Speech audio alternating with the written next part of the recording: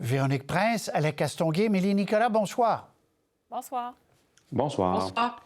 Alors, Dominique Olivier, on va l'entendre, a dit que la pression était intenable, qu'elle recevait des insultes, etc., donc elle est arrivée à la conclusion qu'elle devait démissionner. On va l'entendre, la mairesse ensuite, et on revient. Comme vous vous en doutez, les tâches essentielles du rôle de présidente du comité exécutif de la Ville de Montréal demandent d'être acquittées dans un climat qui est serein. Or, force est de constater que depuis 10 jours, je suis face à une situation qui m'empêche de réaliser pleinement et avec confiance les mandats que m'a confiés Mme Plante. Je lui ai réitéré ma confiance la semaine dernière parce que Dominique Olivier a énormément contribué à notre administration au cours des 2 dernières années. Elle nous a amenés plus loin. C'était important qu'elle puisse s'expliquer comme elle l'a fait. Ceci dit, le résultat avec le climat n'est plus favorable à l'exercice de ses fonctions. Madame Olivier, elle a assumé ses gestes. Elle a fait face à la musique. Elle a pris les décisions difficiles qui s'imposaient pour défendre son intégrité d'abord, mais surtout pour protéger l'institution. Et en ce moment, je m'attends exactement à la même chose des dirigeants actuels de l'OCPM. Alors, tour de table, est-ce que c'était inévitable? Émilie? Oh, ben, très bien. Je pense que le signal a un petit problème. Je répète, est-ce que c'était inévitable? Je vous rappelle qu'il y a un budget déposé mercredi à Montréal. Véronique. Oui, absolument. C'était inévitable tellement le bris de confiance, le bris de crédibilité était important parce que toutes ces décisions devenaient contestables. On parle de la possibilité d'une hausse de taxes à Montréal dans le budget mercredi. C'est sûr que les citoyens vont dire, bien, vous nous demandez de nous serrer la ceinture. Mais vous, par contre, vous dépensez sans compter. Même les paliers de gouvernement, à chaque fois que Valérie Plante va demander de l'argent pour le logement, pour le transport en commun, pour n'importe quoi, les gouvernements pourraient répliquer, bien, on ne vous fera pas un chèque si vous ne faites pas le ménage dans vos affaires. Donc, ça devenait intenable pour Valérie Plante et Mme Olivier. Alec. Oui, on peut ajouter aussi le fait que, oui, il y aura probablement des hausses de taxes, d'impôts foncières, c'est inévitable, mais il y aura aussi des compressions là, qui vont être annoncées.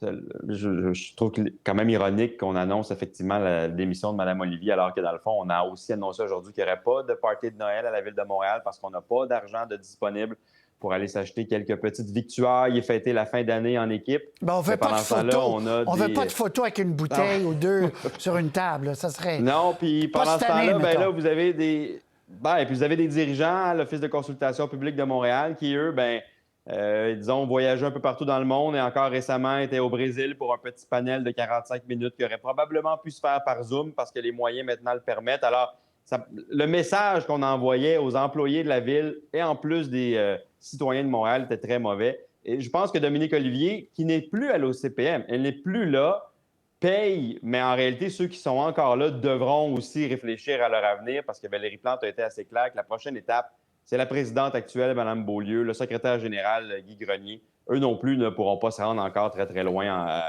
à la tête de l'OCPM. Je vous donne la parole, Émilie, mais une seconde, je vais montrer justement un tweet, un X de la ministre Laforêt qui salue donc la décision de Mme Olivier, son rôle de présidente, et sage considérant le contexte. Mais elle poursuit, elle aussi, il est clair que, comme vous disiez, Alec, Mme Beaulieu, M. Grenier ne devrait plus, dit-elle, diriger l'Office de consultation publique de Montréal. Ça ne peut pas être plus clair que ça. Je pense que c'est le genre d'histoire qui a deux côtés, chaque politicien veut prendre le bon côté le plus rapidement possible. Émilie Nicolas, qu'en pensez-vous? En fait, c'est que si on est dans une situation où les personnes qui ont été les porte-étendards ou les dirigeants de l'OCPM portent le coup politique pour quelque chose qui relève de la culture organisationnelle essentiellement. Donc, on cherche à tenir des personnes responsables, ce qui n'est pas nécessairement une mauvaise chose. C'est comme ça que ça fonctionne en politique. Ceci dit, je trouve ça quand même dommage que Dominique Olivier démissionne d'un poste pour lequel on lui reproche absolument rien dans ce poste-là. Donc, on cherche essentiellement un coupable et pour ce qui s'est passé dans un ancien rôle. C'est comme ça que ça fonctionne, la politique, je le comprends. Sauf que je comprends aussi qu'on est en train de se débarrasser d'une personne qui était dans un rôle où on n'a aucune trace de mauvais traitements ou de mauvaises décisions dans ce rôle-là. Ceci dit, c'est ce qui va permettre effectivement à la Ville de Montréal de tourner la page, à moins qu'il y ait d'autres personnes dans le projet Montréal qui soient impliquées dans d'autres choses qui tournent l'attention. C'est ce qui va permettre aux gens de vraiment se concentrer sur ce qui va arriver avec le budget de la Ville de Montréal et d'éviter d'avoir cette histoire-là comme une distraction complète pour les décisions qui vont s'en venir avec le budget. OK. On a de la difficulté avec votre signal, Émilie. Je suis désolée. Oui, je vois mon image qui est un peu étrange. Oui, c'est un peu étrange. Mais ce que vous dites, c'est que vous avez de la peine pour Mme Olivier. Vous dites c'est tombé sur la mauvaise personne. En même temps, c'est elle qui aurait dû faire des entrevues sur la hausse de taxes mercredi soir. Là. Donc, ça devenait intenable, Émilie, non? Oui, c'est ce que je dis. C'est ce que je dis. Je veux pas être mal compris. Ce que je dis, c'est que c'est dommage qu'une personne qui n'a aucun... on n'a rien à lui reprocher dans le poste où elle est en ce moment, c'est-à-dire présidente du conseil exécutif de la Ville de Montréal. C'est pas pour on perd une bonne présidente essentiellement du conseil exécutif pour quelque chose qui n'a rien à voir avec le conseil exécutif. C'est dommage dans ce sens-là. Ceci dit, je comprends tout à fait que dans la manière dont la politique est jouée, d'être resté là, ça aurait servi de distraction et ça aurait empêché la Ville de Montréal d'aller de l'avant avec son budget et de faire les annonces qui étaient nécessaires pour elle. Mais ça repose aussi la question sur la pertinence de l'Office de consultation publique de Montréal. D'abord, pourquoi ils se sentaient obligés de faire toutes leurs réunions chez Alexandre, un restaurant? Pourquoi aller dans tous les bons restaurants de Montréal sans arrêt? Il y a comme quelque chose d'anachronique avec le rôle où on doit être proche du citoyen, aller consulter. Alors, il y a de plus en plus de voix. Ça, c'est le tableau des dépenses. Donc, on rappelle ce que TVA et Journal de Montréal avaient dévoilé depuis une dizaine de jours, des écouteurs. Bon, bref. Mais sur le fond, Véronique Allec et Émilie, est-ce qu'on ne devrait pas regarder de plus près ce que fait l'Office, puis pourquoi ils sont là encore aujourd'hui, Véronique? Moi, en fait, je me demande même comment l'Office peut continuer d'exister parce qu'il y a maintenant une perception d'impertinence de l'OCPM, c'est-à-dire que c'est un organisme dont on n'avait pratiquement jamais entendu parler avant. Puis là, c'est arrivé comme ça en plein jour. Puis maintenant, tout ce qu'on retient de cette organisation-là, c'est que les dirigeants des dépenses sont comptés. Alors, peu importe qui va se retrouver à la tête, même s'il y a d'autres tête qui roule dans les prochains jours, bien, à chaque fois, après ça, que Valérie Plante va vouloir confier un mandat à l'OCPM ou à chaque fois que l'OCPM va faire des recommandations, est-ce que les gens vont prendre cet organisme-là au sérieux? Moi, j'en doute. Allec, c'était l'époque de Jean Doré, puis on voulait faire de la politique participative, ouvrir les portes de l'hôtel de ville, aller consulter les citoyens. Tout ça, c'est effectivement des intentions nobles, mais peut-être quelque chose qui s'est perdu en chemin.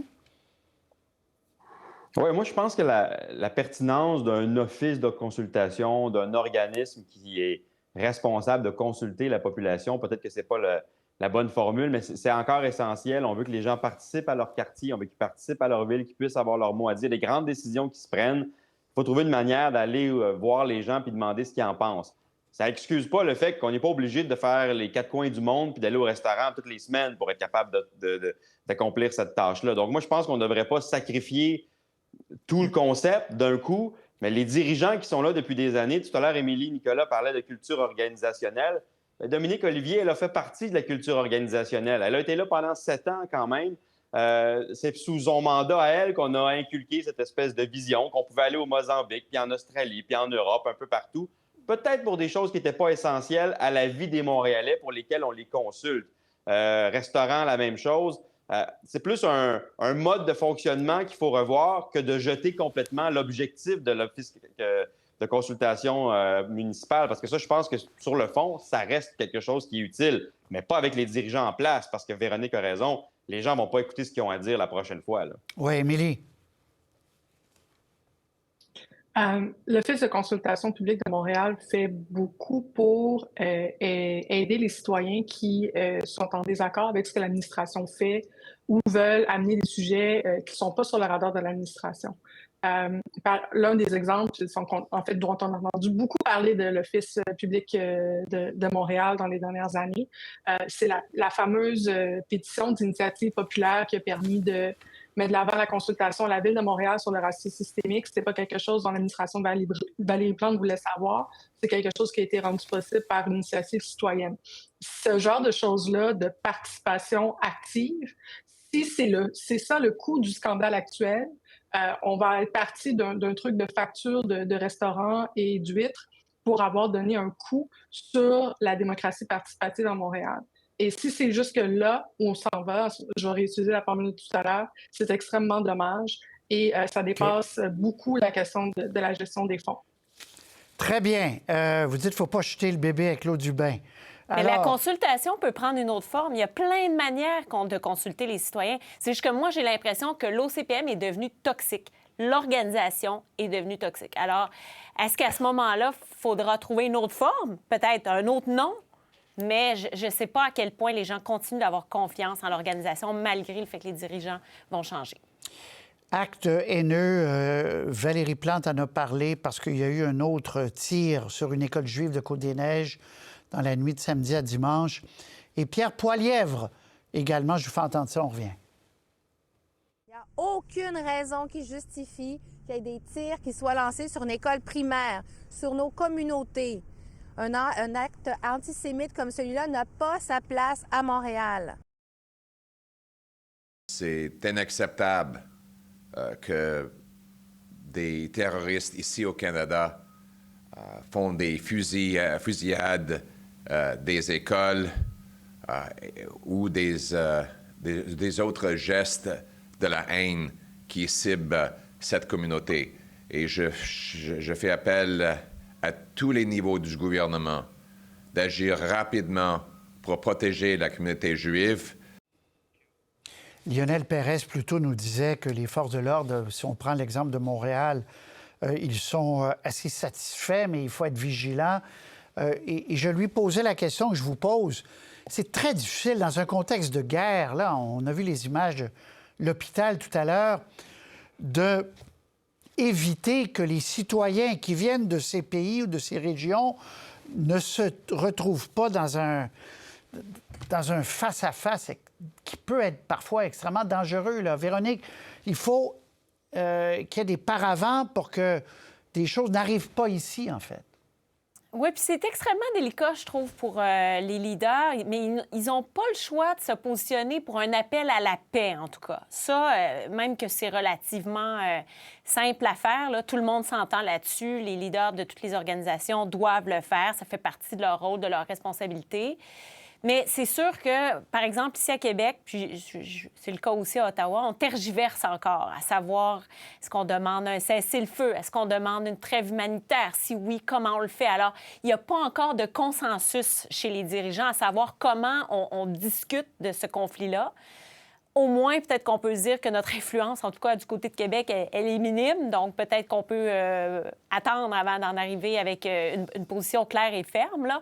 Mais en attendant, au moins, les appels à la paix et au calme sont nécessaires. Alec, réflexion là-dessus?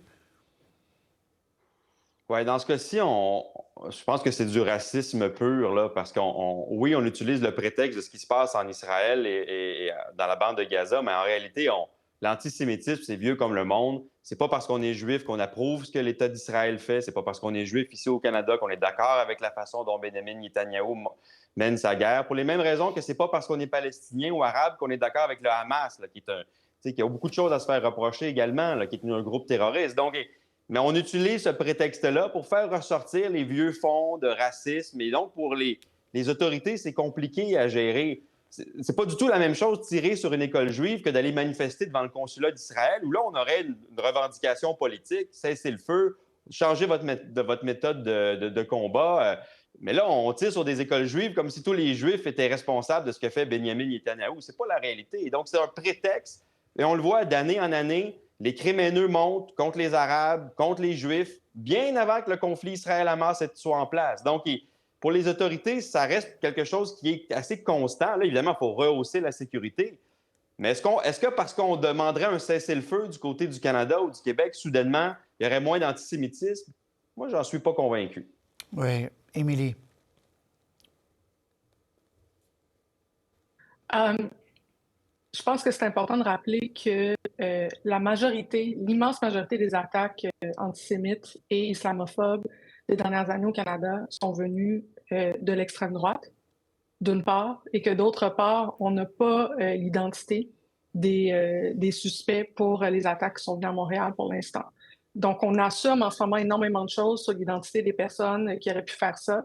C'est sûr que dans le contexte du conflit en Israël avec la Palestine, il y a une montée d'incidents qui sont liés à ça, mais je nous invite à ne pas assumer quoi que ce soit sur l'identité des personnes qui ont fait ça tant si longtemps qu'on n'a aucune identité pour les suspects.